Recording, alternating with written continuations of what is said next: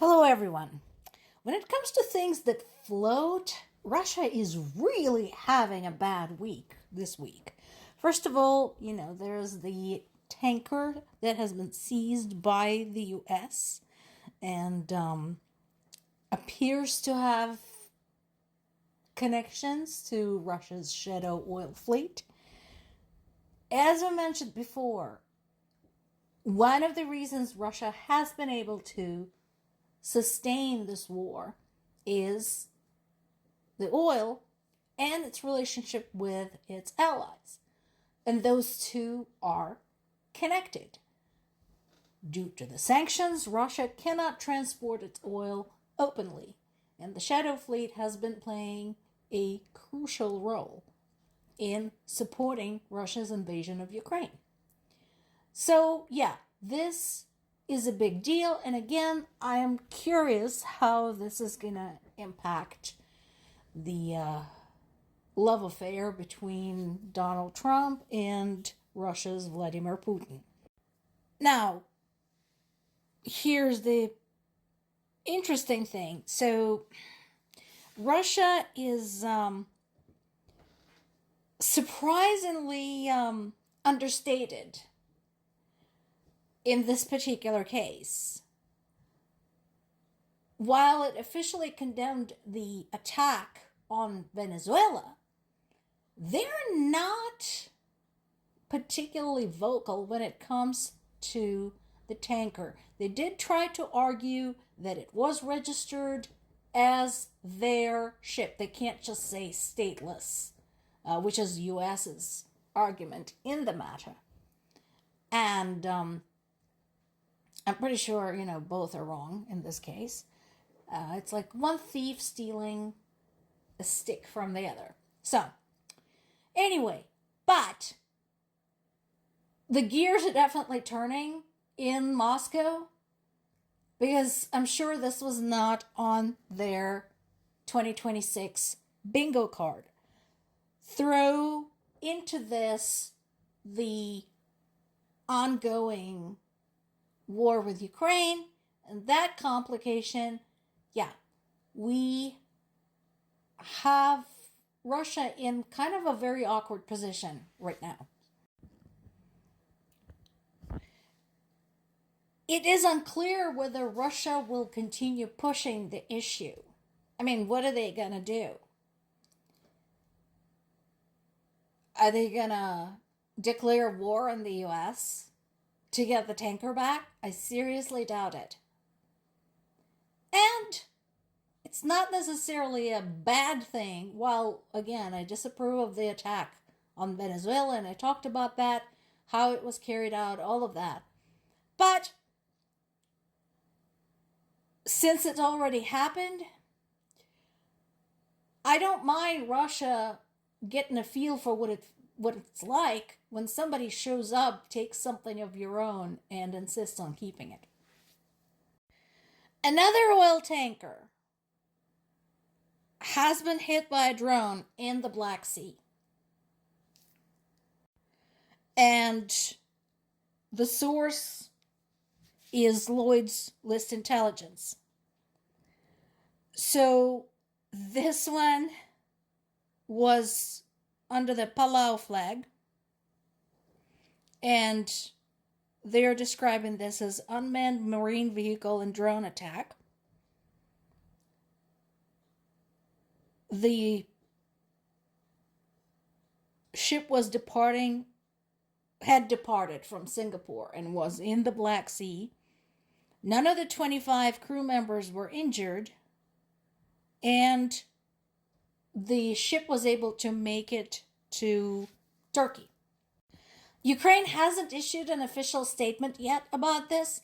However, we know Ukraine has been carrying active operations in the Black Sea, specifically against Russia's oil tankers.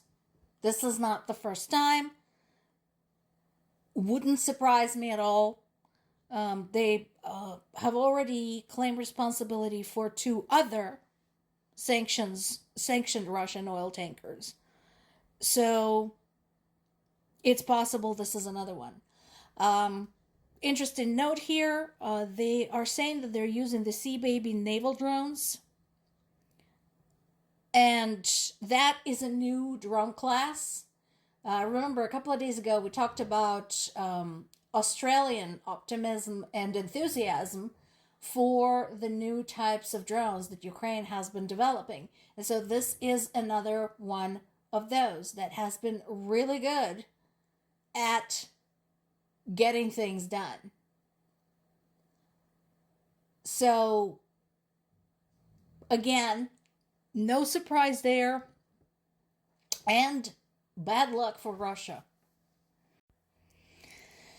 Multiple news sources are now reporting that Russia had rejected the part of the peacekeeping plan that included European peacekeepers in Ukraine. That was part of the security guarantees. Who is surprised? I'm not. For the last several days, as the discussion between Ukraine and the European allies had continued about the 20-point peace plan, I've been saying that Russia was going to turn it down. And, of course, my question is, now what? To top it off, while there has been a lot of discussion of security guarantees, there are no specifics. And that is a problem. Because once again, the question on the minds, especially of Ukrainian people, is when you say you're going to protect us, what do you mean exactly? Because we have been told this before, and now we're dying. And where are you?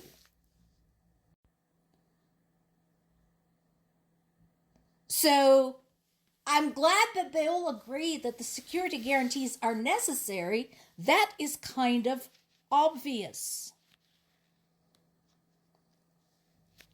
And that discussion needs to continue. And it needs to be very, very specific. Now, there is a conversation about a multinational European force that would be deployed if a ceasefire could be reached, which is a big question. But again, Zelensky is not just speaking for himself. He's, in this particular case, he is correct and he's speaking for the Ukrainian people. I personally very much want to get a very simple answer. Yes, if there's an aggression again, all partners will give a strong response to the Russians. And that is the exact question I put to all of our partners. That question needs to be answered. There needs to be a very clear understanding that when we're talking about a strong response, we're not talking about sanctions. We're not talking about expressing grave concern. We're not talking about another slap on the wrist. There's also a conversation with the United Kingdom about potentially British troops being involved as the peacekeepers.